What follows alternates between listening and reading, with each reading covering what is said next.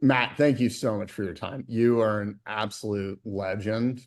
Thank you. In my eyes, I'm going to have to come back and watch the replay of this one. I actually have two quick questions. One, you have managed an incredibly impressive career across so many different disciplines, whether it's sports, media, restaurants, great pick on Momofuku, cybersecurity, etc.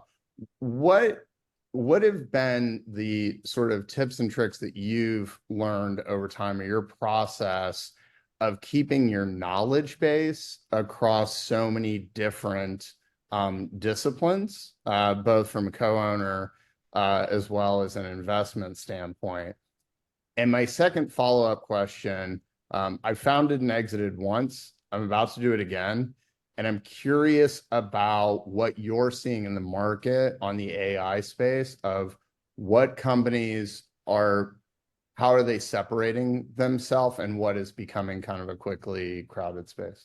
Oh, great questions. On the first one, in terms of knowledge base, I think number one, I want to make sure that if I'm straying into a field that is not as new to me or not my base competency, that the underlying technology is not so specific that if I didn't fully understand it, it could be commoditized and I might not realize it, right? I'm thinking I'm backing the next Tesla and it's really just a, crappy electric car and there are a million of them. Like, so I'm very careful. If you look at my portfolio, there are things that are actually very understandable, right? Even my cybersecurity business is targeted to small and mid-sized businesses.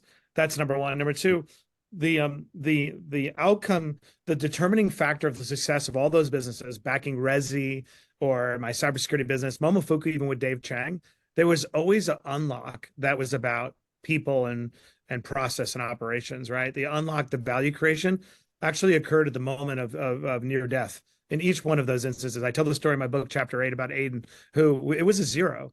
And then we sold it for a phenomenal amount to nine figures to Barracuda. So my point to you is I usually, when I do a deal, I want to make sure that the thing that's going to make this successful or failure is the founder and some version of EQ, and that the underlying tech is way secondary because I can't influence that, if that makes sense. And so when I do a deal where it's shaky, I'm like, I have a theory for at least how I can unlock that person, and so that's fine. And on the AI side, like I haven't written a ton of checks in it at all because I can't tell what's going to be a future commodity or what's a future feature of Microsoft, right? And so all these people throw money around.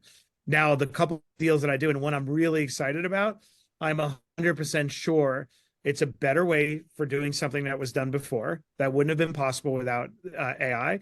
And two, the founder knows so much about the problem and is the right person to implement the solution that I could trust that even if the underlying tech was slightly commoditized, their insight into the sector is differentiated enough that we have an advantage. Does that make sense? So I'm doing one in music right now with a guy named BT. You can look him up, and he's doing an AI audio program that is just brilliant. And he has made a ton of money creating products in this space before. And he's a musician. Like, he has visibility into the problem, into the solution. So even if a competitor emerged, I know that he brings something unique. So, but anyway, it's a frothy space. I don't know where you are in your journey, but I've only done a couple of checks, believe it or not, on AI, even though I'm all over TV talking about it. So I can't tell what's a commodity. Yeah, no, it's fair. It's